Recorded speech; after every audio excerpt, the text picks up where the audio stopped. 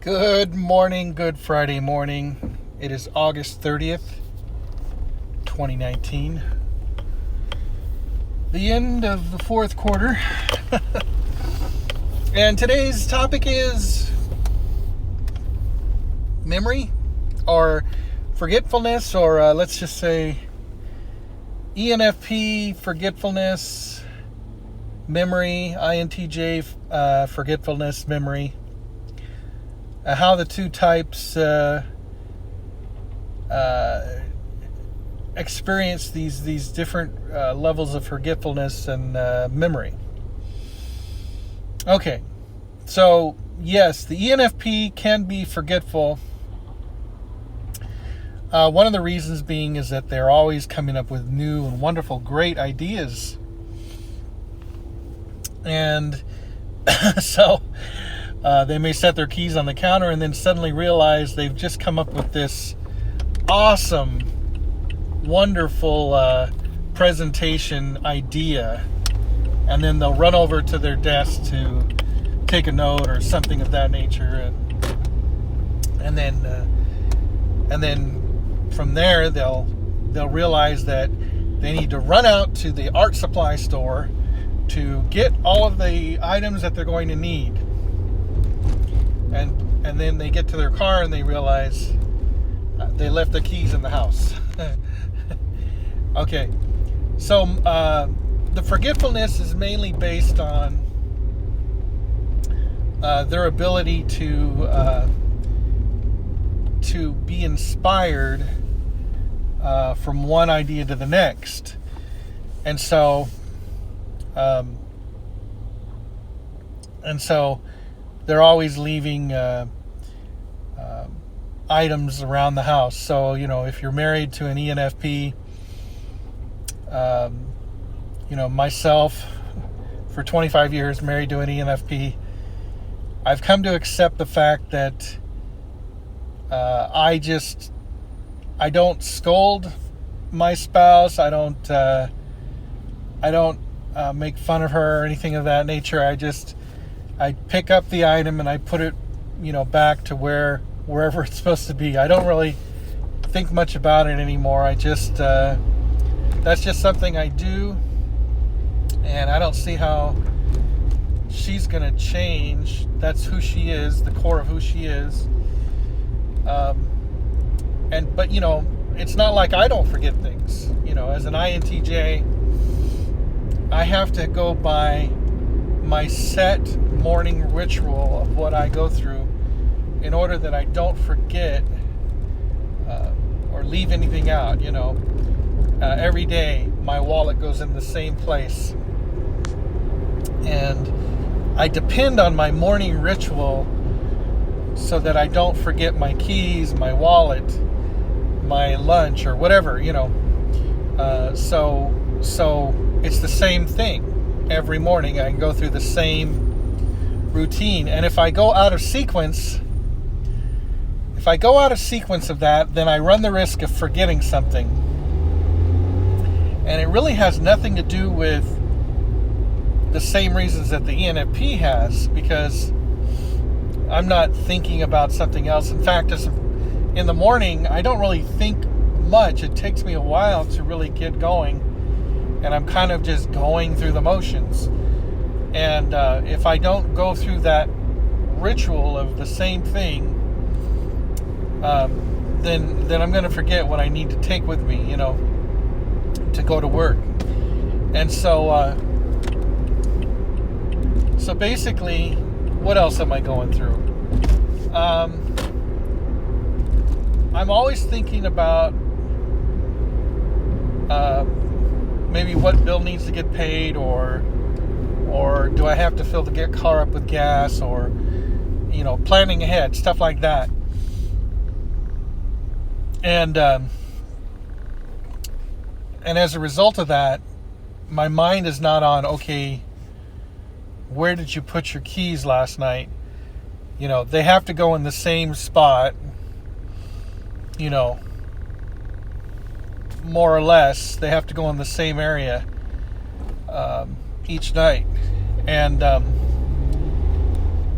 And so, but whereas with the ENFP, they can put, I've noticed my wife will set her purse down anywhere.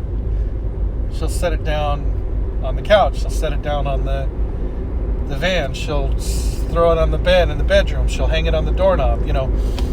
It'll go wherever. I mean, as a general rule. I mean, but the two different levels of forgetfulness, it's a little different between the two types. The reasons are different. so that's interesting. And of course, the ENFP, from my experience, they have a really good memory with regard to matters of the relationship. And so, of course, if it's emotionally conveyed, that's kind of how they withhold their, they latch onto it, they absorb it. So, if they're reading something, they have to understand the underlying emotional dimension of it in order to make use of it. Because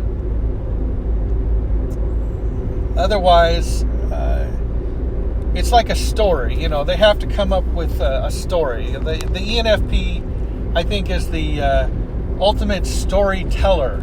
Not that they're telling lies. They're not telling, just stories, quote unquote stories.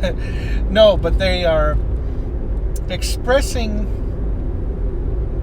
their life through their experience of the hook. How when you tell a story, it has a hook, and at the end you have the conclusion, and it's always this aha, and it has to do with some deep underlying emotional aspect, and so my wife, when she tells a story, if she's giving an answer or she's sharing something in a group, she wants to say, oh yes, I know what you guys are talking about, and then she goes into this big long story, and then it has this fanfare. I call it like a fanfare, or a great big ending, and then da da da da, and so I think that's it's not that they're exaggerating, or that people say they kind of like add a little glitter, but well, what it is just this is the way the ENFP is experiencing it, and so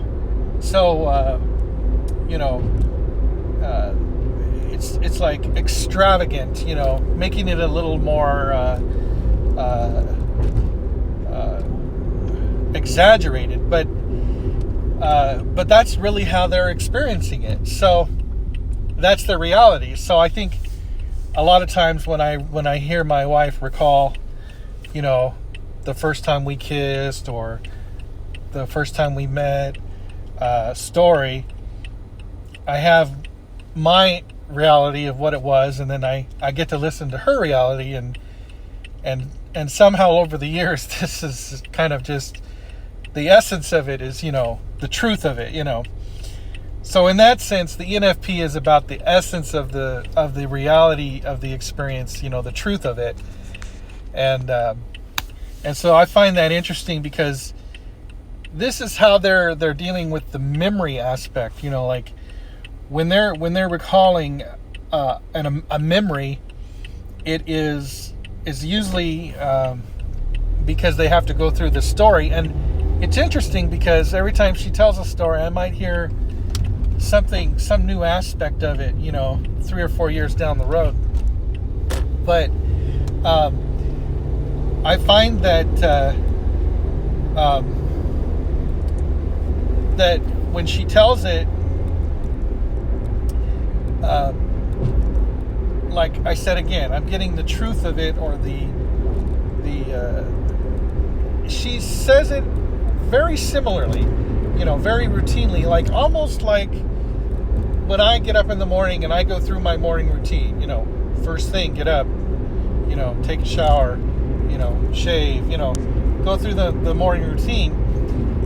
The ENFP is very meticulous too when it comes to their stories. They don't want to leave out any emotional nugget. They're very specific about all the